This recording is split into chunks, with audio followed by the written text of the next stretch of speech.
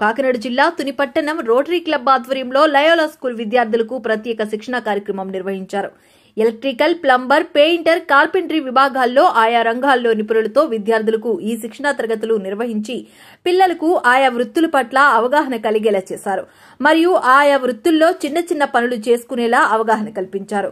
Seniors ని ఘనంగా సత్కరించారు. ఈ కార్యక్రమంలో క్లబ్ ప్రతినిధులు, ఉపాధ్యాయులు తదితరులు పాల్గొన్నారు.